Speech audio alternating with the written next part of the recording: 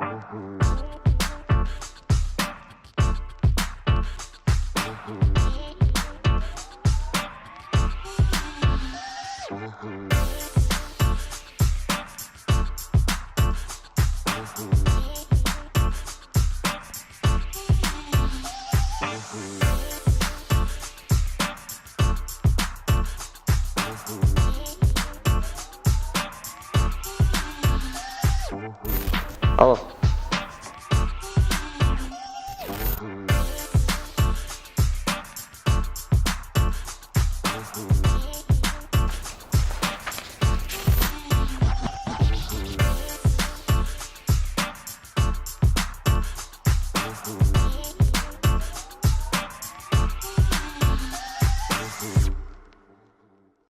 Саламатсызбы, сиз менен маегибизди баштайлы. Негизи эле баягы жаштар менен, студенттер менен иштеше турган Улуттук университеттин чоң департаменти экенсиздер. Анан кийин эмне максатта, качан түзүлдү эле? Анан ошол максатына жетип атабы? Саламатсызбы. Улуттук университеттин кызматкерлери менен студенттердин ортосунда көпүрө катары иш алып барыш үчүн ошо атайын департамент түзүлгөн эми да. Департаменттин ошо негизги максаты баягы коомчулук өзү аты айтып тургандай эле коомчулук менен байланышуу. Жалпы университеттин ичиндеги кызматкерлер болобу, студенттер болобу, баардыгын коом менен байланыштыруу. Сырттан келген журналисттер болобу, же бир кандайдыр бир мамлекеттик ишмерлер менен болобу, ошол экилер менен студенттерди дагы, кызматкерлерди дагы байланышуу болуп эсептелет да. Эң башкы ошо функциясы катары студенттер менен кызматкерлердин ортосунда көпүрө болуп келди да. Анан негизи баягы 4 жылдан ашып баратыптыр түзүлгөнүңүздөргө. Анан студенттер өздөрү билеби? Ошол сиздерге кайрылып, кандайдыр бир маселеси болсо, бир укуктарын коргогонго, же болбосо кайсы маселелерди силер аркылуу бир маселелерди чече турган укуктарын билишеби? Негизи баягы жыл сайын 4 жыл болгону менен баягы жыл сайын алмашып турат да студенттер. Бир эле жаңы студенттер келип турат. Биринчи курска жаңы тапшырып, бул жакта баягы окуу процесси болуп турган сайын, жыл өткөн сайын ошончолук жаңы адамдар, жаңы кишилер, жаңы студенттер, жаңы окуучулар ар кандай өздөрүнүн ойлору менен келет да. Анан ушул коомчулук менен байланышуу жана жаштар иштери боюнча департаментинин бар экендигин айрым студенттер чындап эле билбеши да мүмкүн.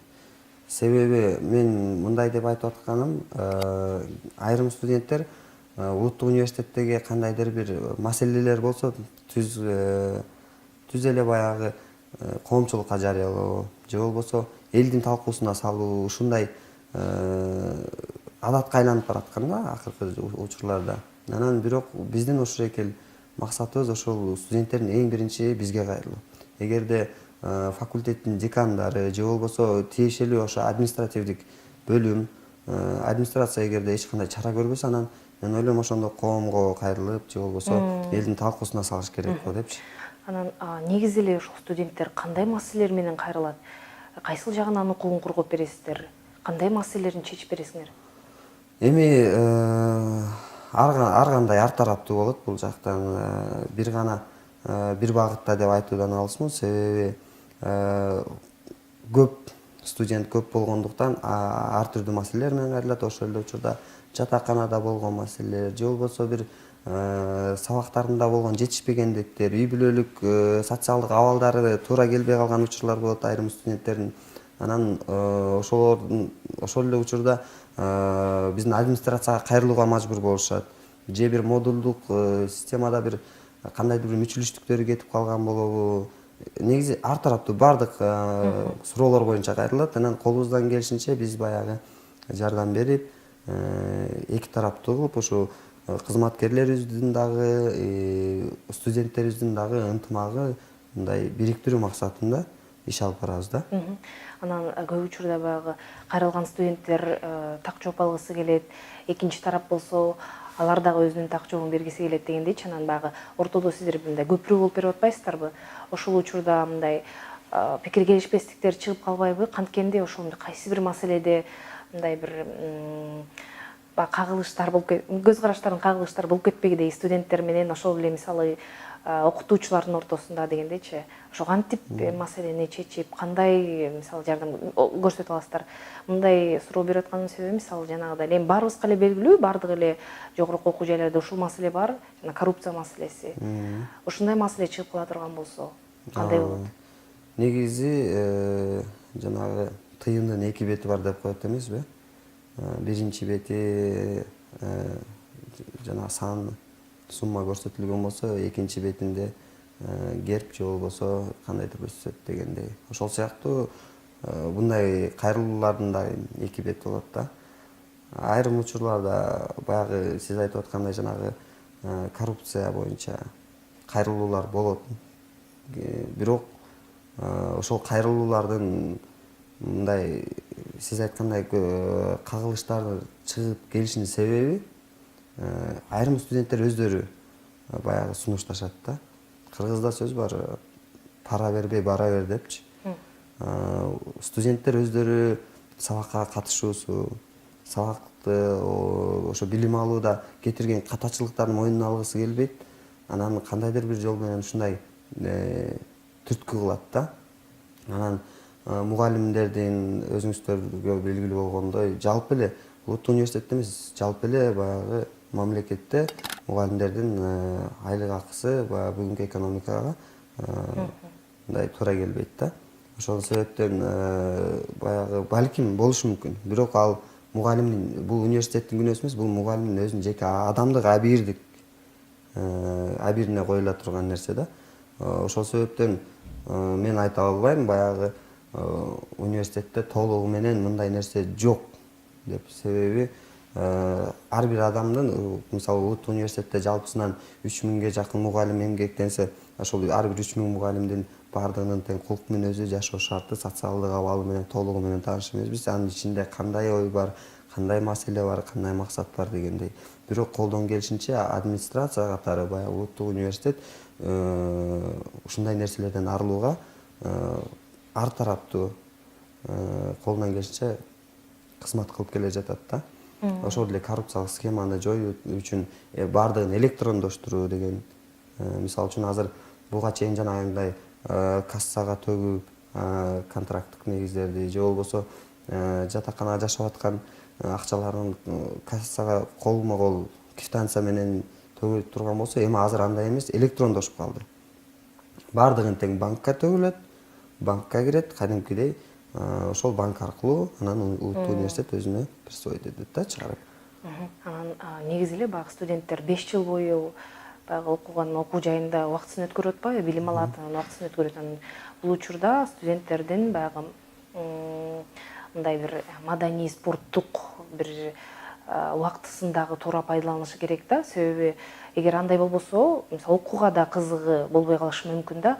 Ушул жаатын алып караганда департамент эмне иш кылат? Туура суроо болду. Негизи адам жалпылап айтканда адамдын канчалык бош убактысы көп болсо, ошончолук жалкоолук анан жеңил ишке өтө бериле баштайт да. Канчалык убактысы тар болсо, канчалык убактысы ченелүү болсо, ошончолук алдыга умтулуу, жаңы нерселерди, жаңы идеялардын үстүндө иштегенге аракет кыла баштайт. Ошол сыяктуу биздин улуттук университетте деле сиз айткандай, маселен, эртең менен түшкө чейин окугандар бар, же түштөн кийин кечке чейин окугандар бар дегендей. Алардын убактысын дагы биз баягы текке кетирбеш үчүн ошо коомчулук менен байланышуу жана жаштар иштери боюнча департаментте ошо 2019-жылдан баштап атайын вокал боюнча, вокалдык кээ бир ырга кызыккан адамдар, студенттер, бир гана студенттер эмес, мугалимдер, кызматкерлер баардыгына тең бирдей тегиз, бекер атайын ошо вокалдан сабак берүү боюнча неме ачты да, кружок деп койсо болот, ийрим.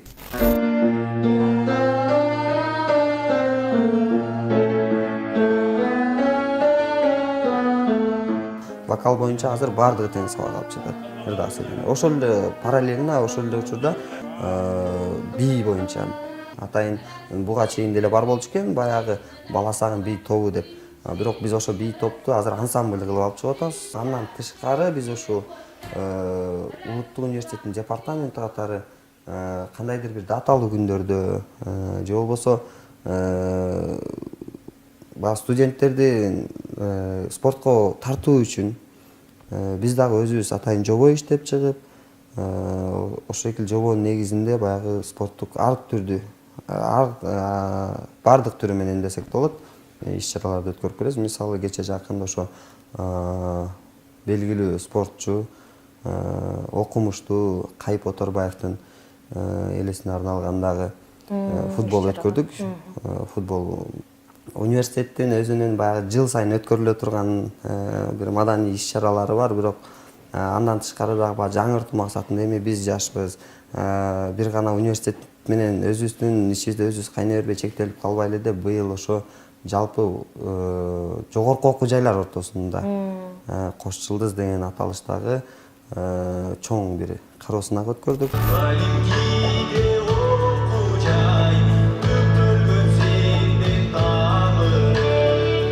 Ал кароо сынакка атайын мугалимдер, жогорку окуу жайлардын, Бишкекте жайгашкан жогорку окуу жайлардын мугалимдери катышты.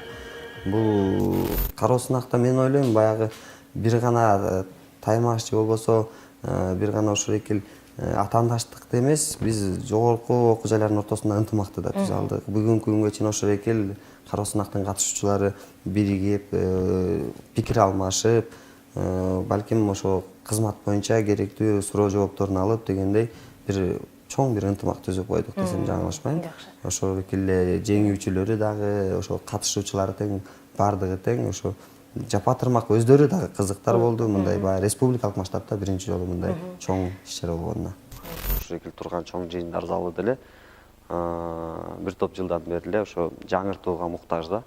Анан биз ушул эки коомчулук менен байланыштуу жаштар иштери департаменти быйыл сунуш кылып ушул чоң жыйындар залын бир жакшы заманбап стилге өзгөртүү боюнча азыр иш жүргүзүп атабыз. Мисалы үчүн ошо ректордун макулдугу менен эле мындай азыркы ушул турган залды ушундай калыпка келтирели деп эскизин даярдап койдук. Кудай буюрса ошо быйыл жай менен ремонт иши башталат да.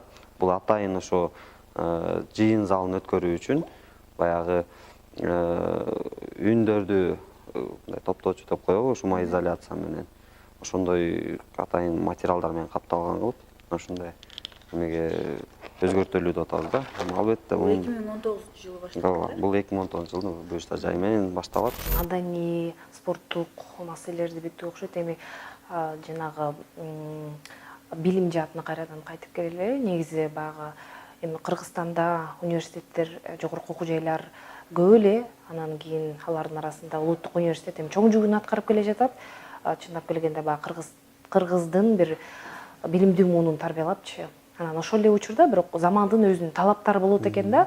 Мисалы ошол эле 5 жыл мурун кесип тандоодо кайсы бир кесиптер өтө мындай ардактуу, анан эл арасында популярдуу болуп, ошол баягы факультеттерге көбүрөөк тапшыра турган болсо, бүгүн менимче ошол көз караштар өзгөрдү окшойт да. Анан сиздер жакында эле жана жарманке өткөрүпсүздөр, ошолго да токтолуп кетсеңиздер да. Жарманкенин максаты эмне болду? 2000 жылдары, 2005-95 жылдардан бери кайтып келсек, бирок ошол 10 жылдыктын арасында юридика илимине, экономика илимине көптөгөн суроо талап көп күч болгон. Себеби ошол учурда мамлекет ошол адистикке муктаж болчу. Мына акыркы 10 жылдыктын ичинде такыр башка нукка бурулуп кетти. Азыр учурда технологиянын заманы болгондуктан азыр биздин улуттук университеттен мисалы үчүн технология тармагына, IT, компьютердик класстарга ошол эки ушул адистикке суроо талап күч. Негизинен ошо азыр биз турган ушул кабинет бизде инновациялык информатикалык технологиялар деген факультет бар. Ошол факультетке тиешелүү кабинет да. Бул кабинеттен биздин келечектеги айтишник, заманбап технологдор, информатиктер окуйт. Азыр баягы технологиянын заманы болгондуктан биздин ушул именно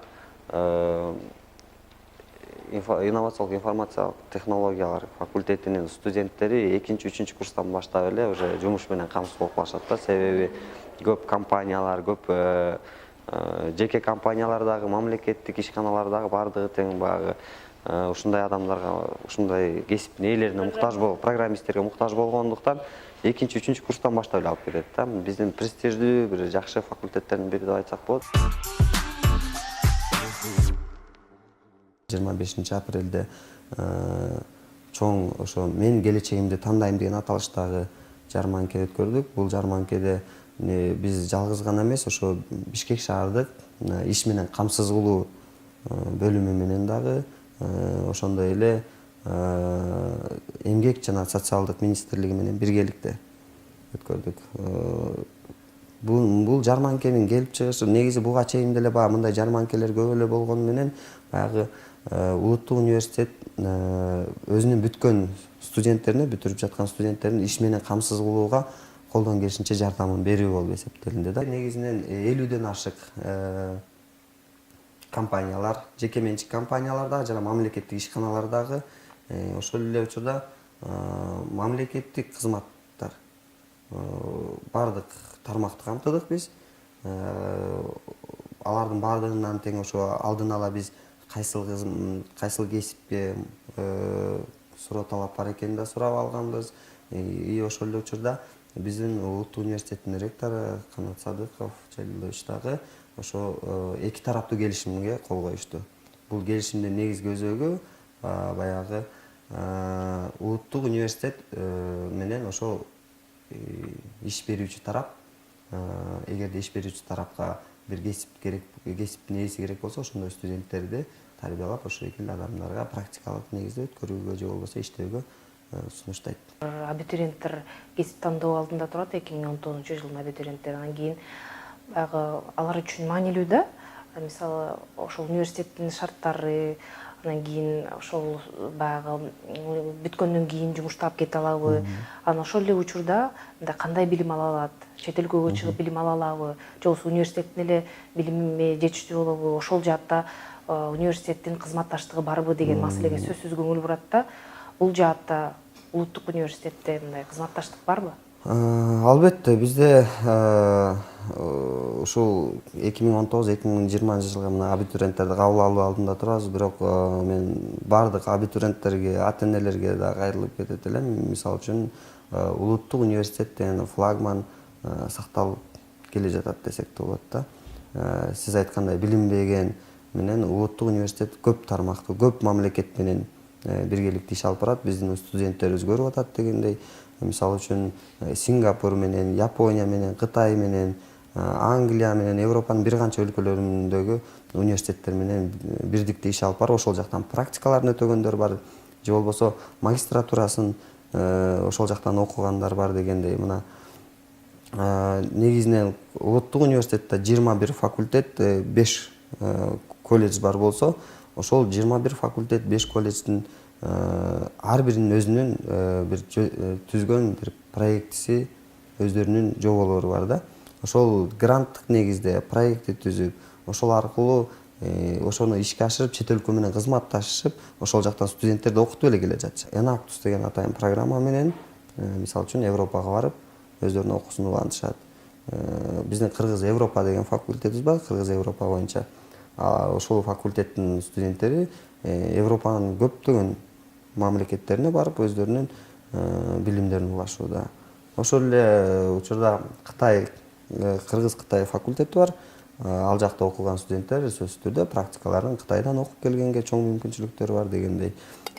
Жалпысынан улуттук университет негизинен чет өлкөдөгү жогорку окуу жайлар менен кызматташтыгы аябай жогорку деп айтсам болот. Себеби биз бир тараптуу гана эмес, бир канча мамлекет менен иш алып барып, ошолор менен иштешүүдөбүз. Студенттер менен баягы тыгыз иштешип эле мындай максатыңыздарга жетиңиздер. Ишиңиздерге ийгилик каалайм. Чоң рахмат.